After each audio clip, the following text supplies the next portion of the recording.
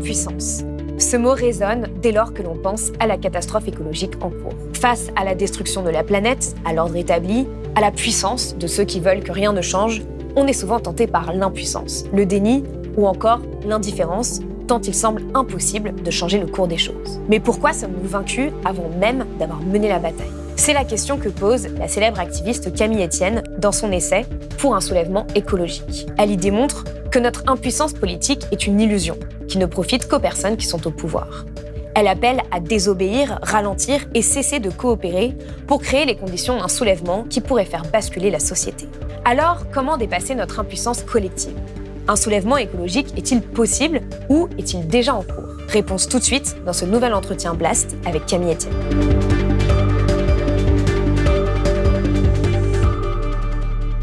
Camille Etienne, bonjour. Bonjour. Merci d'être venue sur le plateau de Blast. Merci à vous. Alors, vous avez grandi à Pessé-Nancroix, dans les Alpes françaises, et vous l'écrivez dans votre livre. À 10 ans, j'ai compris que le réchauffement climatique menaçait notre monde. Donc ça, c'était en 2008. Et ce sont les glaciers et la disparition des neiges éternelles qui ont construit votre engagement. Vous êtes fait connaître du grand public avec une vidéo, Réveillons-nous, qui a été tournée dans vos montagnes en 2020 et qui a fait plus de 10 millions de vues sur les réseaux sociaux. Depuis, vous multipliez les vidéos engagées, les plateaux télé, les combats. Vous êtes un peu partout, il faut le dire. Et vous êtes devenu en quelques années un des visages de l'écologie en France. Vous venez d'ailleurs de réaliser une série documentaire qui s'appelle « Pourquoi on se bat ?» avec Solal Moisan. Et aujourd'hui, vous publiez au Seuil votre premier essai « Pour un soulèvement écologique, dépasser notre impuissance collective ». Alors, première question, pourquoi est-ce que vous avez voulu écrire un livre pour questionner notre impuissance collective ? Pourquoi ce fil rouge de l'impuissance tout au long du livre ? Pourquoi un livre déjà ? Parce que c'est un des seuls endroits où on ne coupe pas la parole. En tant que femme Blast, on coupe jeune pas trop qui la parole. dérange, bien sûr. Sur Blast, oui, c'est rare ces endroits, en réalité, où on peut développer une parole et être maître de ses mots jusque dans la précision de ce qu'ils vont dire, avoir ce temps long de la réflexion. Donc c'était fondamental pour moi de le faire au bon moment. Je crois que c'était le bon moment. Et en effet, c'était pour répondre à cette question que je reçois partout autour de moi, c'est trop grand. Ce combat est vertigineux et ce sentiment lancinant d'une direction du monde qui nous échappe. Et ça, je le vois partout autour de nous. On a l'impression que, finalement, qui est renvoyé et qui est alimenté par un mépris et la violence du silence du gouvernement, notamment en ce moment face aux mouvements sociaux, on a ce sentiment que ce ne sera jamais assez et que donc, finalement, on a une apathie qui est là et qui est lancinante et qui me semble être une route très dangereuse parce qu'alors, si on ne se soulève pas et qu'on ne s'organise pas collectivement, on laisse la place aux puissants qui, eux, ont déjà une ligne directrice assez claire qui nous mène aujourd'hui d'une action délibérée vers un écocide, vers un délitement du monde et vers précisément des conditions de vie sur Terre qui sont menacées. Donc la sensation d'impuissance, j'ai voulu vraiment l'adresser pour montrer que ce n'était pas un état de fait. Et que précisément, elle était orchestrée, elle était organisée et qu'elle arrangeait un ordre établi parce qu'alors, c'est la phrase de la Boétie, c'est pour ça que je parle de soulèvement, c'est « ils ne sont grands que parce que nous sommes à genoux, alors on se lève ». Alors, vous l'écrivez en introduction du livre, « Je n'attends pas de ce livre qu'il provoque un déclic, ni rien d'autre d'ailleurs ». Est-ce qu'on peut vraiment dire que vous n'attendez rien de ce livre ? On a un peu du mal à y croire, quand même. Je voulais vraiment commencer par le déclic parce que, à mon sens, quand on pose la question... Parce que en interview, tout le temps, ou même dans la rue ou dans les interventions que j'ai, il y a cette question de l'attente. Et encore une fois, on me pose ma question du déclic et je sens dans le regard l'idée de dire quand est-ce que viendra le mien ? Comme s'il y aurait ce grand soir ou ce grand matin. Oui, il y a toujours cette question dans les interviews des écolos de quand vient votre déclic, à quel moment vous vous êtes dit je vais m'engager. Qu'est-ce qui s'est passé ? Comme si c'était un hobby du dimanche ou comme si c'était une chose qui nous arrivait du ciel et qu'on allait être touché par la grâce de l'engagement. Précisément, l'indignation est partout là où on ose poser le regard avec la lucidité. Et donc, je crois que c'est important de dire, dans l'idée de déconstruire ce mythe du déclic, c'est celui aussi de se dire il s'agit de le provoquer et de cesser de l'attendre et de ne pas ériger comme ça des modèles qui s'occuperont de nous, des gens très intelligents ou très engagés qui s'occuperont de faire ce qui nous semble être désagréable, mais précisément de se dire il est temps peut-être pour moi d'oser le voir parce qu'il est déjà en moi, parce que ce sentiment lancinant de honte, de culpabilité, de sentiments qui nous échappent, de tristesse profonde, de colère immense, ce que je veux, c'est être capable de les faire sortir de la sphère de l'intime et de les adresser collectivement dans l'espace public pour que notre capacité émotionnelle soit à la hauteur des objets techniques qu'on crée et donc précisément du danger aussi qu'ils peuvent engendrer. Donc avec cet effondrement, j'espère, du mythe du déclic, c'est aussi de dire ne nous regardez pas, rejoignez-nous. Vous racontez dans votre livre que sur les plateaux télé, souvent avant l'antenne, les journalistes viennent vous voir en disant de ne pas trop faire peur aux gens, de rester positive. Et vous le dites, je ne cherche pas à faire peur, j'ai peur. Pourquoi est-ce qu'il y a cette obsession avec la peur en permanence quand on parle d'écologie et en quoi il faudrait, comme vous le dites dans votre livre, repenser la peur justement aujourd'hui? C'est une réflexion que je dois à Pablo Servigne. On a parlé tous les deux quand on s'était rencontrés dans nos rencontres philosophiques. Et en fait... Pablo Servigne qui a théorisé l'effondrement en France et qui surtout l'a énormément vulgarisé à travers son premier livre. Il a écrit un livre que je trouve assez génial, qui est L'effondrement expliqué aux enfants. Et il a ce moment où il dit, voyez, si on a face à un incendie et que précisément on ne s'y prépare pas, parce qu'on dit jamais ma maison à moi ne va brûler. Donc, ce qui va se passer quand on va arriver, parce que c'est probable, factuellement, il doit y avoir, j'ai pas les chiffres des pompiers, mais ça doit être, je sais pas, mettons 1% des maisons qui brûlent en France, c'est pas du tout les vrais chiffres, mais imaginez, eh bien, on a 1% de chance peut-être d'avoir notre maison qui se retrouve sous les flammes. Si on n'est pas capable de s'y préparer et de savoir précisément comment réagir, la panique va nous faire gêner les pompiers, va nous faire prendre les mauvaises décisions et donc on ne sera pas prêt. Donc en fait, la peur, c'est finalement quelque chose qui nous prépare. C'est l'inverse même de la panique. Et quand je parle de peur, il faut se rappeler aujourd'hui quand même qu'on est gouverné par des petites fausses peurs morales qui sont agitées partout autour de nous. La xénophobie en est une. C'est-à-dire qu'on nous vend une peur de l'autre. Et on joue, notamment ce gouvernement, aussi beaucoup sur la question de la peur. Ils nous tiennent par la peur. Et notamment en criminalisant le mouvement écologique, en parlant de terrorisme intellectuel. Vous voyez quand même la force des mots.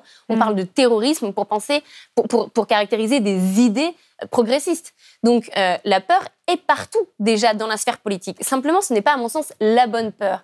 Et Gunther Anders, qui est un auteur qui a travaillé notamment sur les catastrophes, qui a travaillé sur Hiroshima, qui a travaillé sur la Seconde Guerre mondiale. Sur les menaces existentielles qui pèsent sur l'humanité. Sur les menaces existentielles, il se dit, notre problème, c'est précisément qu'on n'a pas une capacité émotionnelle assez grande face à l'outil concret, qu'on donne des bazookas à des bébés. Dites-vous quand même qu'on a donné l'arme atomique à Trump et à Poutine. Donc, en réalité, on a des capacités d'autodestruction de par la puissance technique que l'homme est capable de créer. Et précisément, on est tout petit émotionnellement face à ça. Donc, c'est très politique quand je parle du fait qu'il faut réhabiliter la peur. Parce que ce qui se passe là actuellement, c'est qu'on relègue la peur dans l'intime. Qu'est-ce que ça crée? C'est une génération de gens qui ne veulent plus avoir d'enfants. C'est une génération de personnes éco-anxieux. Et je crois que c'est pas de la fiction que de dire que bientôt, peut-être, des multinationales fossiles financeront des groupes de parole d'éco-anxiété. Pourquoi? Parce qu'on pathologise en fait l'éco-anxiété, alors que l'anxiété, c'est plutôt une anxiété face à l'inaction climatique. Mais qui est fou?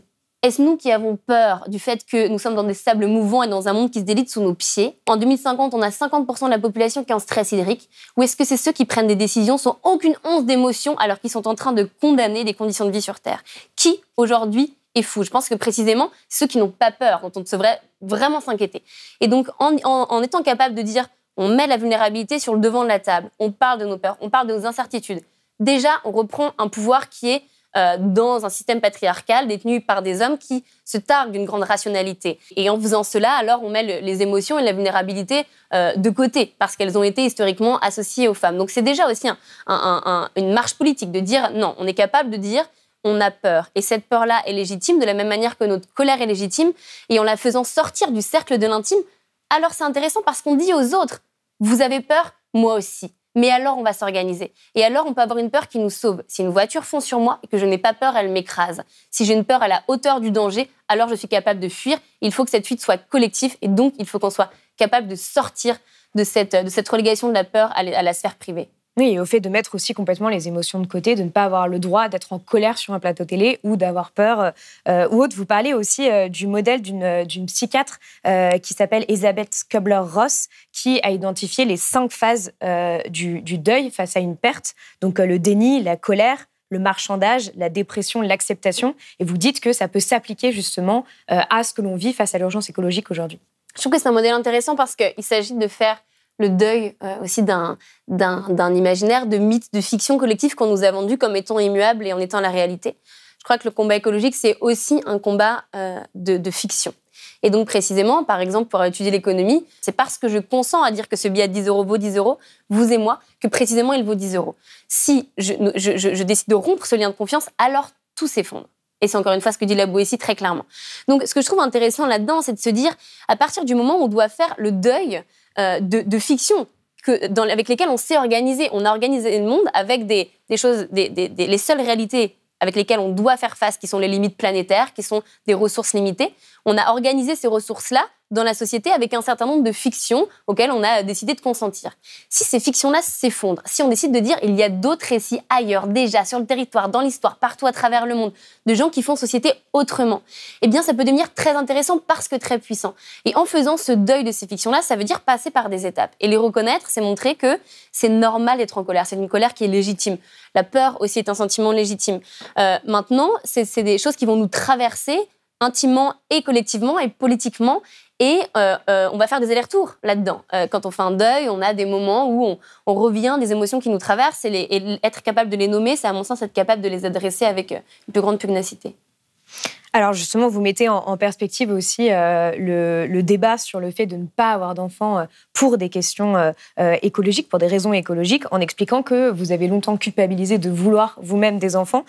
Pourquoi est-ce que pour vous, cette approche de ce débat qu'on voit naître à la fois en France, aux États-Unis, de plein de jeunes qui disent qu'ils ne veulent pas avoir d'enfants pour des questions écologiques, eh bien, elle peut être dangereuse et finalement, elle oublie un peu le caractère complexe de l'urgence écologique? Je dirais, j'étais dans un inconfort intellectuel en me disant, j'avais l'intuition que cette route qu'on prenait n'était pas tout à fait saine.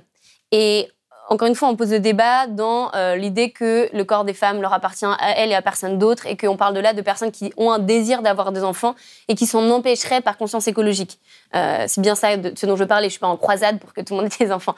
En revanche, on s'est laissé enfermer dans une logique de décarbonisation de nos vies.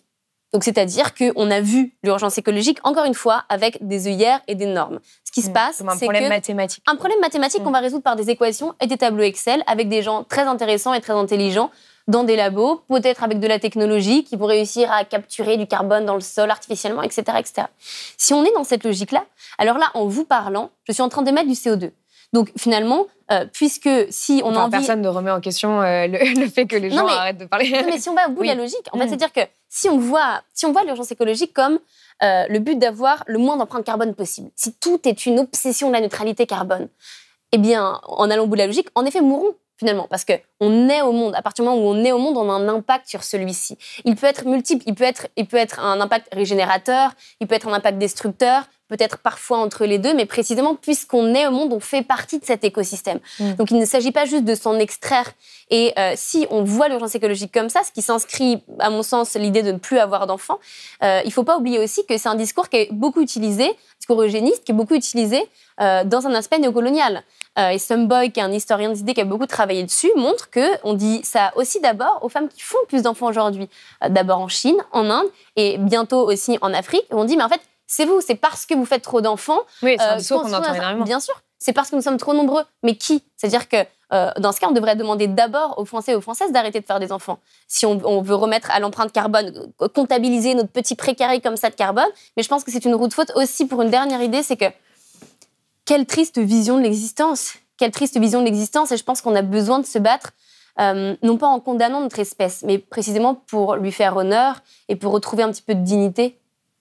Oui, et surtout qu'en plus, il y a une étude qui était sortie justement qui montrait qu'avoir un enfant, c'était l'équivalent de 60 tonnes de CO2, mais c'est des calculs qui sont aussi quand même un peu particuliers parce que c'est difficile de dire, un enfant qui naît en France et un enfant qui naît dans un autre pays ne veut pas du tout émettre la même chose. Et puis quel enfant laisse au monde ? Et c'est aussi une question d'organisation des ressources en quelque sorte. C'est-à-dire qu'on a un tiers de la production alimentaire mondiale qui est gâchée. Donc, Absolument. En fait, on a les moyens de nourrir l'humanité, on a les moyens d'être plus égaux. C'est une question de volonté politique et un choix fort. Il faut aussi se poser la question, pas seulement de quel monde on laisse à nos enfants, mais de quel enfant on va laisser à notre monde. Si on fait une armée de Greta, c'est pas forcément une mauvaise idée de continuer à faire des enfants. Certaines personnes qui ne seraient pas d'accord avec vous. Mais alors, on en vient à la question des corps. Justement, vous le soulignez dans votre livre, l'appareil d'État ne traite pas nos corps de la même manière, alors que l'urgence écologique menace tous les corps, et les plus précaires, les personnes discriminées, sont en première ligne. En quoi est-ce que c'est important de parler de la corporalité de l'urgence écologique aujourd'hui ? Parce que je vois très pragmatiquement la rapidité avec laquelle l'État a retrouvé l'incarnation d'un État fort quand il y a une urgence sanitaire. C'est-à-dire qu'il y a une urgence sanitaire, d'un coup, d'un seul, on a pu mettre, alors vraiment, même les libertés en état de bataille, on a pu avoir des multinationales qui étaient clouées au sol en quelques heures, On a eu les supermarchés qui n'étaient approvisionnés qu'en fruits et légumes français, on a quand même un peu oublié. On a eu des gens qui travaillaient dans l'aviation, qui sont retrouvés réemployés dans les trains. On a eu des milliards d'euros qui sont tombés du ciel pour soutenir Air France. Je veux dire, je dis pas que mon propos, c'est pas dire si c'était bien ou pas, comment il fallait le faire, mais simplement, bizarrement, d'un coup, il a été possible pour cet État qui se cachait toujours derrière son impuissance, pour ces puissants de reprendre une puissance au nom d'une urgence sanitaire. Donc d'abord, je me suis dit, OK, comment est-ce que ça se fait que cette urgence qui est encore plus grande parce qu'elle menace l'intégralité des corps et de ceux qui ne sont même pas encore au monde, précisément, pourquoi est-ce que ça nous échappe complètement? Et en fait, ramener dans les corps, c'est aussi ramener dans l'intime. C'est dire que c'est un combat qui nous ronge de l'intérieur et que l'inaction, ou plutôt l'action délibérée des gouvernements aujourd'hui, nous condamne, alors que c'est peut-être là leur seule obligation. Ce qui les oblige, c'est le fait qu'ils tiennent toute leur légitimité de nous, de nulle part ailleurs. Ils ne sont là uniquement par nous, parce qu'on a consenti à leur remettre une petite partie de nos libertés entre les mains pour dire organiser la société. C'est le Léviathan, c'est la base de la politique, on l'a un petit peu oublié. Ce qu'ils sont en train de faire là, c'est dire qu'ils sont en train de faillir à peut-être la plus importante de leur mission, qui est de protéger nos corps d'abord. Et on retrouve des microplastiques dans le lait des femmes, dans leur placenta. On est à la température de chaleur humide, au-delà de 31,5 degrés, au-delà d'une certaine taux d'humidité, on ne peut plus vivre. C'est-à-dire que quand il fait trop chaud... Oui, c'est ce qui s'est passé notamment au Pakistan. Au Pakistan, en ce moment au Vietnam. En fait, on est des protéines, on crame. À un moment donné, on est comme un steak qui brûle. Enfin, je veux dire, nos corps sont littéralement menacés. On ne va plus pouvoir respirer d'air bientôt. Et c'est important de le réancrer dans les corps, d'autant plus qu'il y a cette question qui est de dire c'est aussi par nos corps que l'on se bat. Et on le voit quand on est dans la lutte. J'étais à Lutzerat en Allemagne, par exemple. C'est nos corps qui sont parfois réprimés avec une immense violence. Il ne nous reste plus que nos corps face à leurs machines, face à leurs lois, face à leur appareil organisé de répression. Il nous reste nos corps et nos dignités, celle de tenir debout et de ne plus les laisser grands parce que nous sommes à genoux. Et donc nos corps sont en danger, sont doublement en danger aussi parce qu'ils sont notre seule arme pour nous battre. Vous racontez justement cet épisode de Lutzerat, donc c'était en Allemagne en janvier 2023 où l'énergéticien RWE a demandé la destruction de ce village sous lequel il y a 280 millions de tonnes de lignite.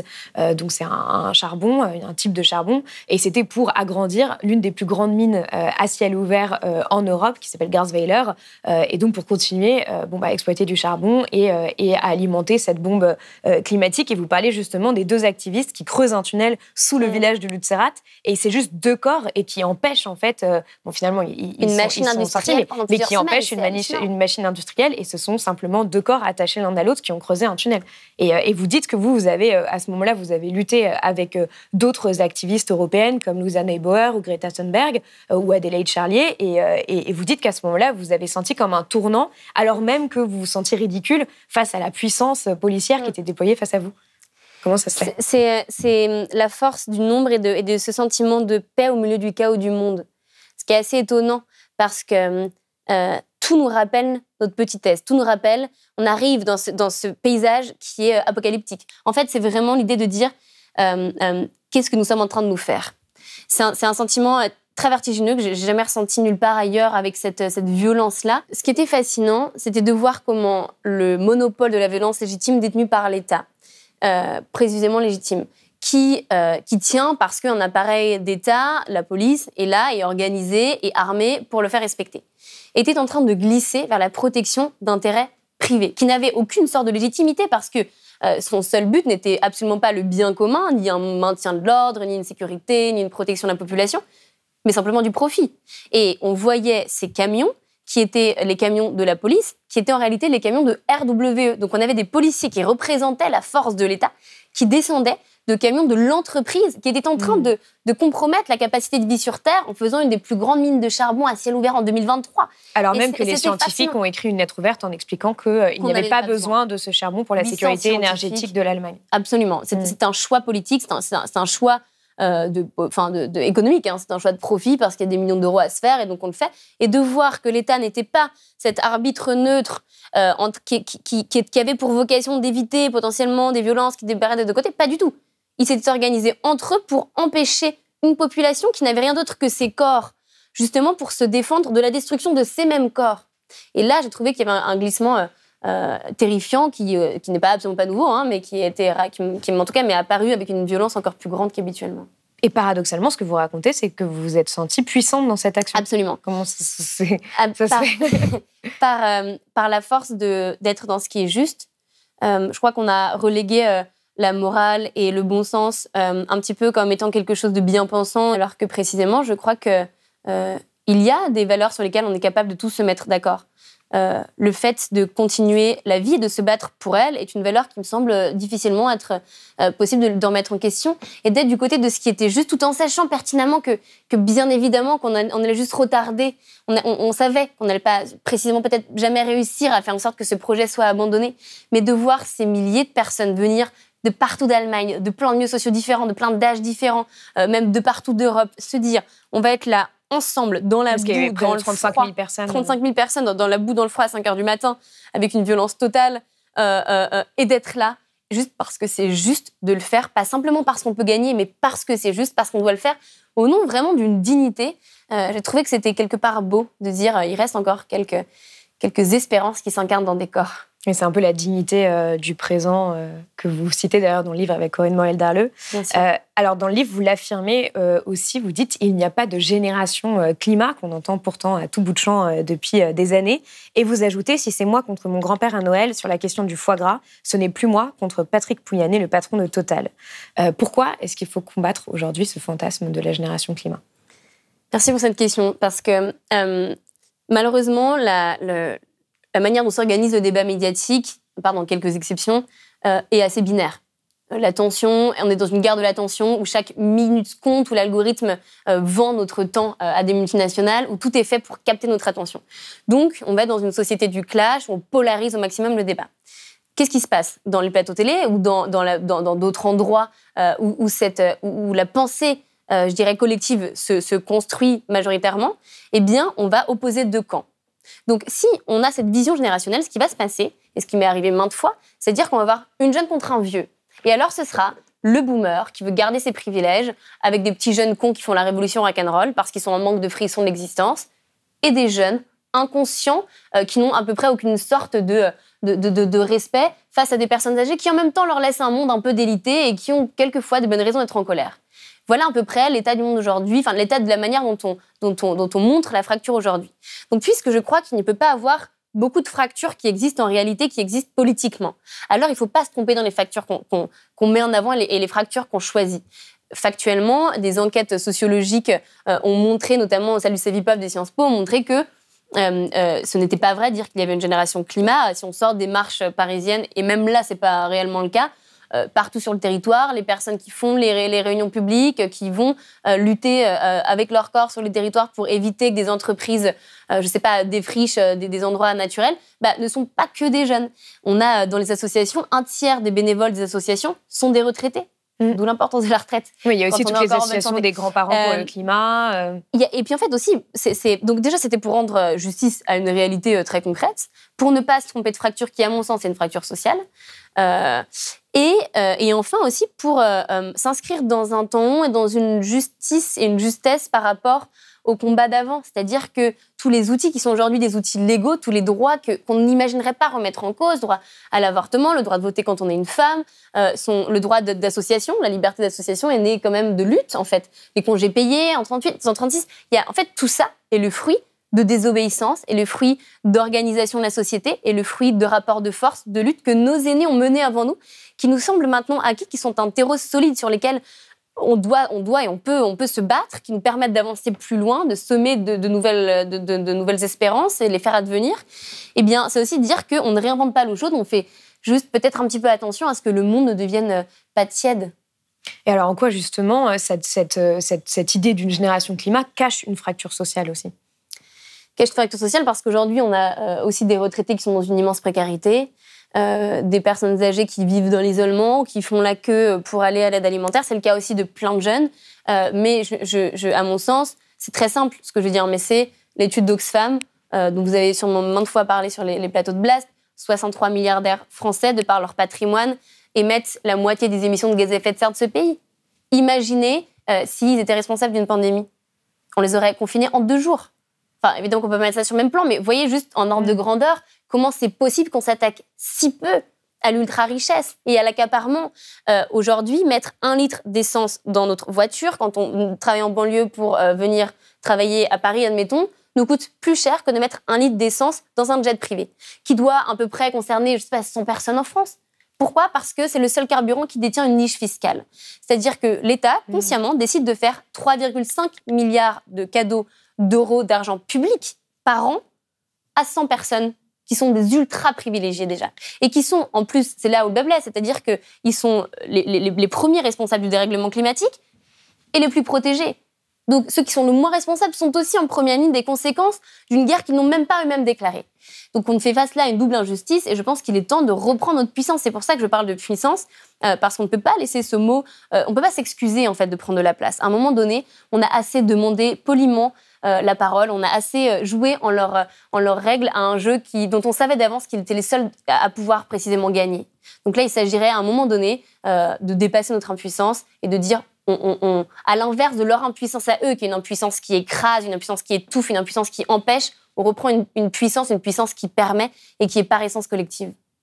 Alors, vous évoquez à un moment dans votre livre votre altercation avec la députée Renaissance Maude Bréjon sur le plateau de C'est ce soir, et qui, entre autres, parce qu'il y en a une qui est sortie en particulier sur la question de la légalité et de la légitimité, qui, entre autres, vous reproche de défendre une écologie des beaux quartiers et qui, selon vous, verse dans un discours qui oppose l'écologie au peuple.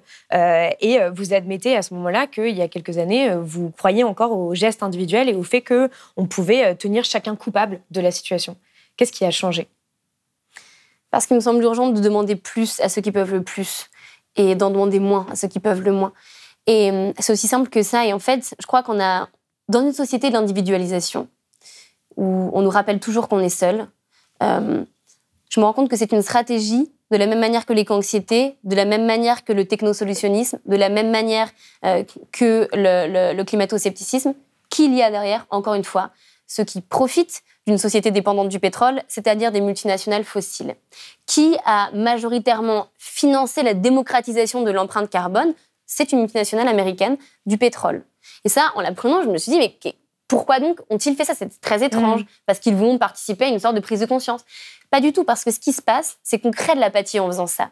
Je ne dis pas qu'il s'agit de ne rien faire, au contraire, puisqu'on est au monde, chaque action compte et chaque action cache en elle potentiellement une vie derrière qui va être menacée par une tonne de CO2 en plus ou en moins, bien sûr.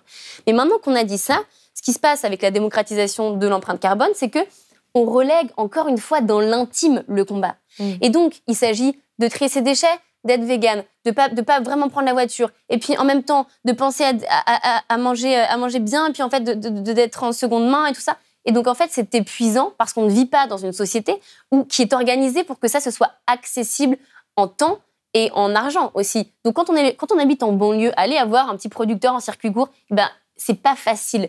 Quand on est zéro déchet, sur qui va peser la charge mentale ? Majoritairement, dans les foyers, toutes les études sociologiques le montrent, c'est sur les femmes. Donc, encore une fois, on fait peser plus sur les personnes les plus précaires pour qui c'est le plus difficile d'avoir cette pureté d'être au monde de manière écologique.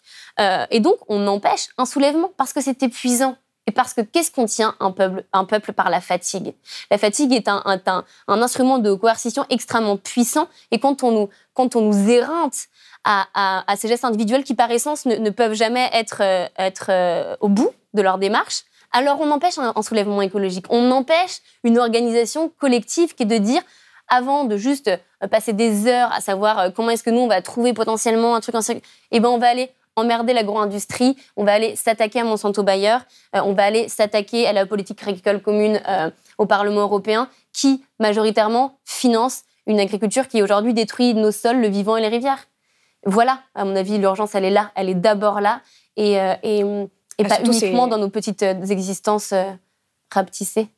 Surtout, c'est une approche qui met de côté le fait que c'est à travers des politiques publiques transversales que la réduction de la demande peut se faire et donc une réorganisation de la société et non pas de ramener ça à des gestes individuels. Alors justement, pour avancer dans notre réflexion, vous consacrez un chapitre à la désobéissance civile en appelant à désobéir dès qu'on le peut et vous ajoutez le pouvoir des plus puissants de ce monde est celui que nous leur donnons. Qu'est-ce que vous entendez aujourd'hui par désobéir et est-ce que c'est vraiment accessible à tout le monde ? Parce que vous le dites, le soulèvement a un coût. En fait, la désobéissance, c'est pas qu'une rébellion d'un âge ado de la société. C'est pas que parce qu'on se sentirait fort et puissant de se réapproprier un moment comme ça d'une grande liberté. On se sent extrêmement libre dans les moments de désobéissance civile parce qu'alors toutes les normes, puisqu'on commence à outrepasser celles qui nous semblent injustes, on se rend compte que c'est là une fiction. Et c'est extrêmement puissant. C'est un sentiment très libérateur que je vous invite un jour à expérimenter, c'est de se dire non, on ne peut pas tout accepter sous couvert que c'est ce qui est. On ne peut pas le faire. Parce que si des générations avant nous l'avons fait, on sera encore très, très, très, très loin d'avoir les droits et les libertés qui sont les nôtres aujourd'hui. Donc, c'est fondamental de se battre pour continuer à ce qu'elle continue d'exister. Maintenant que j'ai dit ça, la désobéissance peut aussi être simplement un refus de coopérer. Et c'est Gorine Morel-Darleux qui le dit 1000 fois mieux que moi. Je la cite beaucoup parce qu'elle m'a bouleversée, notamment l'entretien que vous aviez fait aussi dans Blast. Elle dit, parfois, c'est l'idée de dire « on ne fait plus ». Qu'est-ce qui se passe quand on arrête de jouer à votre jeu? Qu'est-ce qui se passe quand on arrête de ramasser vos poubelles?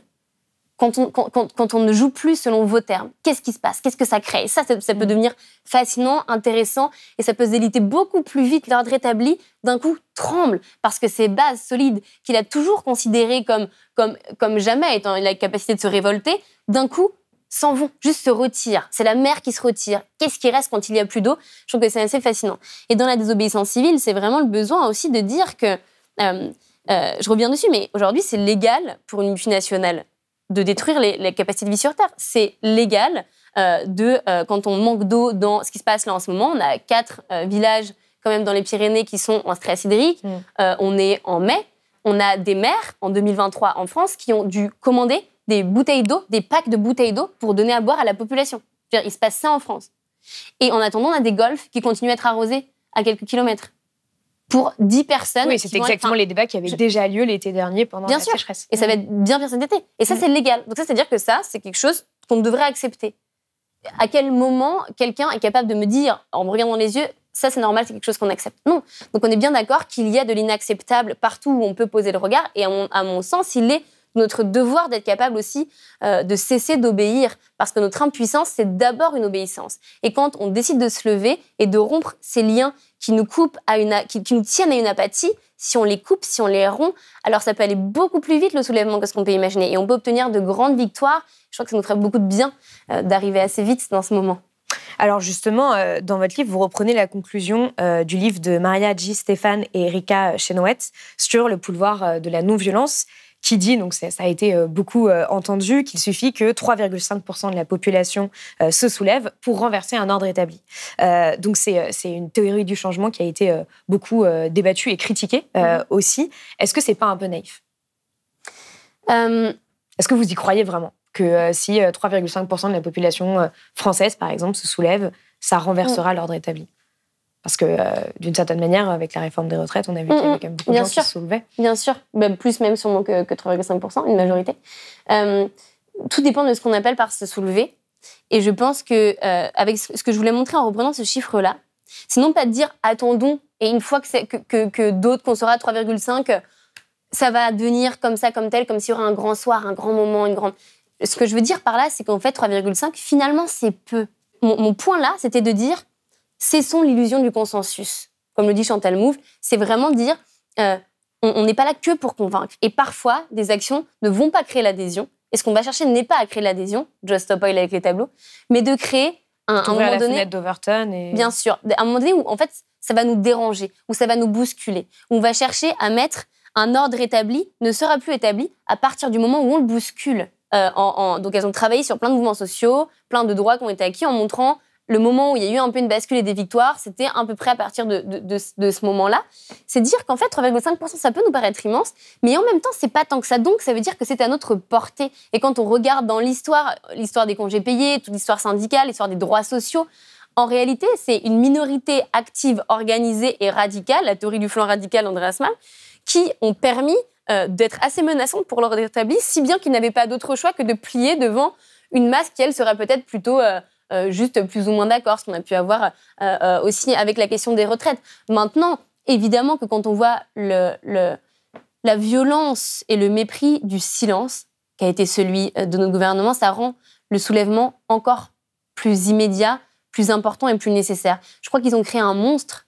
Je ne sais pas s'ils sont au courant du monstre qu'ils ont créé là, de la colère qui gronde partout et du fait qu'on est infatigable. et en même temps épuisé, et que ce mélange me semble être un cocktail assez dangereux, et à la fois qui peut être très beau parce qu'ils ont essayé d'enfermer des mouvements sociaux dans de la violence, hein, tout ce qu'on a vu, le traitement médiatique des Saintes Solines, la répression, la criminalisation du mouvement écolo avec, on pourrait en parler très longtemps, vous le traitez souvent sur Blaze, donc je ne vais pas revenir dessus, mais vraiment, c'est assez inquiétant, hein, ce à quoi on fait face, c'est un glissement de l'état de droit. Hein. Voilà, très bien. Bon, donc, voilà, vous verrez plus tard, mais c'est pour dire, là, ce qui est en train de se passer là, ce que je trouve fascinant, c'est la capacité du mouvement social à y répondre avec de l'humour et avec de la créativité. C'est-à-dire qu'on a réussi à être là où ils ne nous attendaient jamais. On a répondu à un monde triste qu'ils sont en train d'organiser, froid, hiérarchique, technocratique, bureaucratique. On a répondu à cette ligne-là en étant cette fourmilière qui grouillait partout avec des casseroles. Et je trouve ça fascinant de se dire qu'il y a des gens qui étaient en réunion de crise à minuit en train de se dire imaginez l'image qu'on a à l'international, quand on interdit des casseroles, c'est impossible, trouvons quelque chose. Ah, tiens, un dispositif sonore portatif. Et ça me fascine la capacité qu'on a à les retrancher dans une forme de ridicule. Et je crois que c'est bien plus puissant que ce qu'on peut imaginer de se battre par l'humour, par la joie et par la créativité. Et les mouvements sociaux ne se laissent pas enfermer dans la manière, à chaque fois, dans les vases dans lesquels ils essaient de nous contenir. Et c'est ça, à mon avis, le soulèvement, c'est aussi un débordement. Alors, vous parlez justement du fait qu'il y a une sorte d'injonction en permanence quand on parle des questions écologiques à rendre désirable le combat écologique. Et vous trouvez ça absurde de dire on ne va pas rendre désirable le fait de vivre. Vous ajoutez qu'il va falloir aussi essayer de définir des modalités parce qu'il ne s'agit pas de se battre pour qu'advienne un monde où les armes à feu sont recyclables. J'ai noté cette phrase quand même. Et en réalité, on voit qu'il y a un peu des petits soulèvements. Voilà, il y a quelque chose, il y a des signaux faibles de plus en plus qu'on peut voir dans la société, que ce soit en France ou ailleurs. Mais il n'y a pas vraiment de soulèvement, il n'y a pas de grand soir et on ne sait pas s'il aura lieu un jour. Mais du coup, à quoi ressemblerait justement un soulèvement écologique selon vos termes ? Comment est-ce que vous l'imaginez ? Parce que vous ne risquez pas de le faire dans le livre. Donc, Est-ce que j'ai une... Non, justement, je ne le fais pas, mais c'est volontaire. C'est-à-dire que pour moi, ça ne se décide pas dans les livres. On ne peut pas prévoir ce qui va se passer parce que ça dépend d'une seule chose, c'est de qui se soulève. Et ce que je veux créer, modestement, c'est participer à nourrir un élan qui est en nous. Et j'ai beaucoup... je parle comme si ça avait 10 ans que j'étais engagée à l'échelle de ma vie, ça fait longtemps, mais je répondais d'abord quand on venait me voir en me disant comment est-ce que je peux m'engager, qu'est-ce que je peux faire, en disant OK, donc là, viens à telle action, signe telle pétition, on a tel blocage. Et ça faisait des plus un à chaque fois. Utile, bien, fatigant et pas non plus révolutionnaire. Maintenant, notamment avec la pipeline en Ouganda et ICOP sur lesquels je me suis beaucoup battue, j'ai plutôt été dans une autre posture qui est celle de l'écoute. C'est de dire qui es-tu ? Comment est-ce que tu habites le monde ? En fait, quels sont tes talents, tes connaissances, très concrètement ton job, tes privilèges. Et c'est fascinant à quel point ça ouvre une multiplicité de possibles d'actions et d'activisme. En fait, on est une société entière qui résiste et se soulève. Et ça, c'est bien plus flippant pour eux parce qu'on ne peut pas contenir. Un mouvement organisé et hiérarchique, c'est très facile de le contenir. Quand ça vient un peu de partout comme ça et qu'on est absolument partout, c'est comme le moustique qui, dans notre chambre, est certes petit et qu'on pourrait l'écraser d'un revers de main, mais qui, on ne le voit pas, il est partout, il nous pique. En fait, il nous rend fous. Et c'est à l'usure, finalement, qu'on va aussi peut-être les avoir. Donc, je ne veux pas répondre à cette question. C'est ce qui s'est passé aussi avec les soulèvements de la Terre, où justement, il y a des dizaines de milliers de personnes qui ont rejoint le mouvement et la dissolution devient de plus en plus compliquée pour le gouvernement. C'est exactement ça. On dit on peut pas dissoudre un mouvement précisément parce qu'il est en mouvement. Et c'est totalement pour ça que je ne veux pas répondre à la question de comment est-ce qu'on se soulève, parce que je veux simplement nourrir l'élan. C'est ça qui m'intéresse. Et après, ça appartient à chacun. Ma question était à quoi ressemblerait le soulèvement écologique ? Et à quoi ressemblerait le soulèvement écologique ? Je pense qu'on est en train d'y assister, en réalité. Qu'il a commencé il y a longtemps, qu'il s'agit qu'on renforce ses rangs assez rapidement, qui s'inscrira, comme c'est déjà le cas sur les territoires aussi, qui sera cette slogan qu'on entend beaucoup sur les ânes, la nature qui se défend, qui sera aussi une sortie de l'impuissance collective. C'est aussi un clin d'œil quand même à l'ouvrage de Geoffroy de la Gannerie, qui dit aussi c'est important, c'est pour ça que je parle de cesser de coopérer. Si on voit un bateau qui est en train d'aller vers son naufrage, c'est merveilleux et fondamental que certains et certaines prennent une barque de secours et soient en train d'organiser, de bifurquer, donc tous les élèves d'AgroParisTech, tous ceux qui cessent de coopérer avec une direction du monde que l'on juge honteuse, qui disent on s'enlève du monde. C'est Adèle Haenel qui dit je vous annule de mon monde. Ça, c'est extrêmement puissant parce que ça nous permet de dire voilà, il existe d'autres récits, d'autres fictions collectives d'habiter le monde qui sont en train de construire partout où on osera peut-être enfin regarder. Mais on a aussi besoin de gens qui vont péter la porte de la cabine et d'aller attraper le capitaine par le col en disant pourquoi n'écoutes-tu donc pas les alertes partout sur le tableau de bord et les signaux rouges qui t'arrivent et reprends-nous le gouvernail. Le gouvernail avec lequel on gouverne. C'est bien le mot gouverner. Je pense qu'on a aussi besoin. Et Geoffroy Lagannerie rappelle quand même que dans un appareil d'État qui est celui qu'il est aujourd'hui, si on a par exemple une mairie de gauche ou une mairie de droite, ça peut changer littéralement la vie de plein de gens parce que ça peut se jouer même à juste une subvention, une petite association locale, à des plages dans des crèches. Donc c'est aussi important. Le soulèvement, il peut aussi se passer non pas en infiltrant, en étant juste mollement de l'intérieur, mais en hackant directement le système qui est aussi en place, donc par la désobéissance, par le fait d'occuper ces instances-là, par le fait de ne pas avoir peur, d'être puissant. C'est pour ça que je choisis ce mot puissant volontairement un peu provocateur aussi, pour dire il faut à la fois qu'on occupe le terrain et à la fois qu'on aille défricher d'autres terrains. Mais en même temps, quand il s'agit de bouleverser l'ordre établi, on voit qu'aujourd'hui, ça paraît quand même assez vertigineux de s'opposer à ça. Vous le décrivez dans votre livre, sur à la fois le pouvoir des multinationales, la toile totale qui finance aussi bien des lieux d'art que des grandes universités un peu partout dans le monde, des recherches et tout ce qui est de l'ordre des portes tournantes, donc des personnes qui ont été dans des multinationales fossiles qui vont dans les gouvernements et inversement, etc. Il y a quand même quelque chose d'assez paralysant, en fait, quand on voit aussi cette puissance des lobbies économiques et cette puissance du politique qui est complètement verrouillée dans une trajectoire, d'une certaine manière. Mais notre paralysie les arrange. Donc, à partir du moment où c'est quelque chose qui les arrange, je refuse d'y céder. Alors justement, pour terminer, moi j'aimerais simplement parler des victoires qui ont pu vous marquer. Vous avez été sur plusieurs combats ces dernières années. Là, en ce moment, vous êtes principalement sur donc le méga pipeline de Total en Ouganda et en Tanzanie et l'exploitation des fonds marins. Monsieur le Président, vous semblez être pressé par l'agenda. Il s'agirait peut-être justement de prendre le temps de ne plus en perdre. L'urgence est climatique. Elle n'est pas à l'adoption hâtive d'un code. Comme l'a rappelé le délégué de la Micronésie, un moratoire, une pause est la seule option sérieuse. C'est cela que nous devrions discuter. N'ouvrons pas cette boîte de Pandore de l'exploitation minière des fonds marins. Nous sommes attendus et le monde nous regarde. Quels sont les moments de victoire qui vous ont marqué, qui vous ont peut-être montré qu'il était possible, parfois en établissant des rapports de force, d'ouvrir des brèches et potentiellement de faire aussi un peu bouger les choses? Je crois que l'activisme marche. Et je l'ai vraiment appris. Il marche s'il est stratégique, s'il est le fruit d'une abnégation, s'il est collectif. Et donc, ça veut dire que, notamment, c'est attaquer une pipeline. Donc, on s'attaque à Total Energy, qui est... Poutine disait quand même qu'en 2004, quand il avait rencontré Pouyanné, que finalement, il représente peut-être l'État mieux que le président. Vous voyez, donc on a ce niveau-là de force politique et économique. En fait, il tient le monde, une grande partie du monde, et il s'assure précisément qu'on ne se défasse pas des liens qui nous lient au pétrole et donc à cette multinationale. Et pour autant, en fait, ce que je trouvais assez puissant, c'est d'être capable de défaire la pelote de laine. D'ailleurs, l'intelligence, c'est de défaire cette pelote-là qui est entremêlée. Et donc, on s'est d'abord attaqué aux banques qui finançaient le pipeline, puis à Schneider Electric, qui était responsable du métal qui entourait sa pipeline, puis ensuite au soutien diplomatique qu'on peut avoir dans des trucs, aux assurances.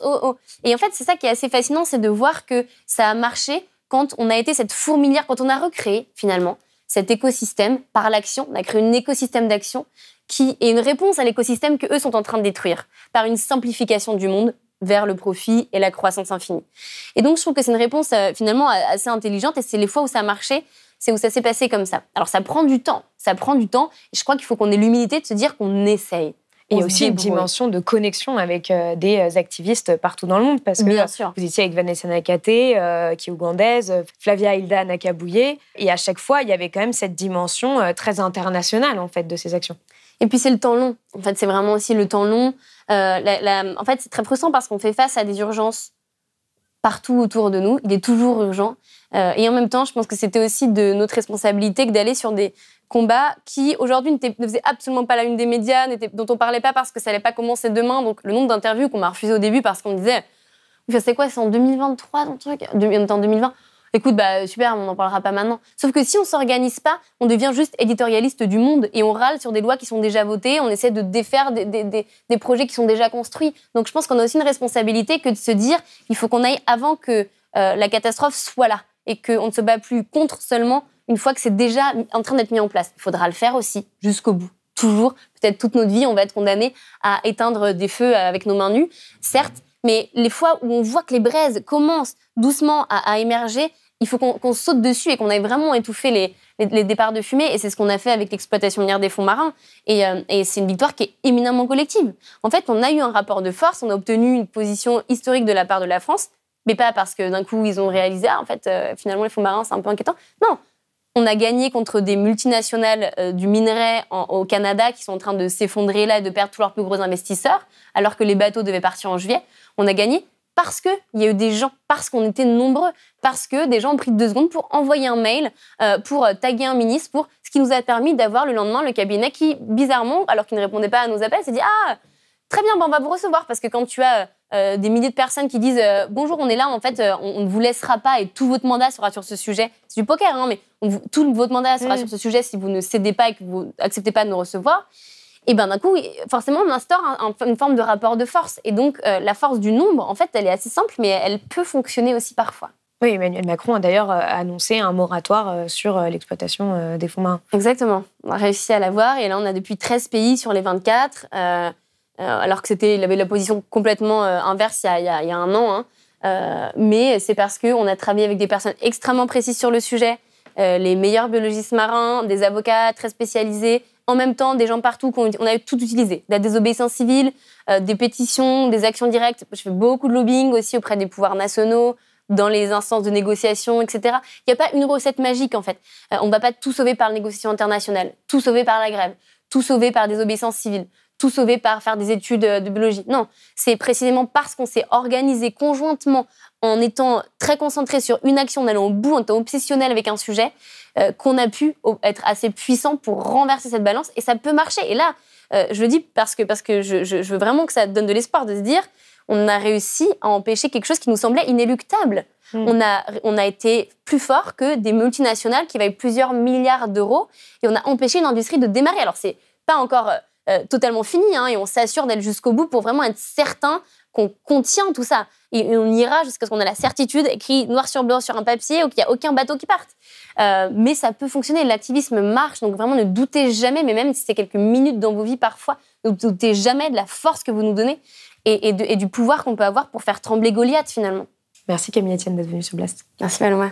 C'est la fin de cet entretien, j'espère qu'il vous a intéressé. Comme d'habitude, je vous mets plusieurs liens pour creuser tous les sujets évoqués et voir les vidéos Blast mentionnées en description de la vidéo.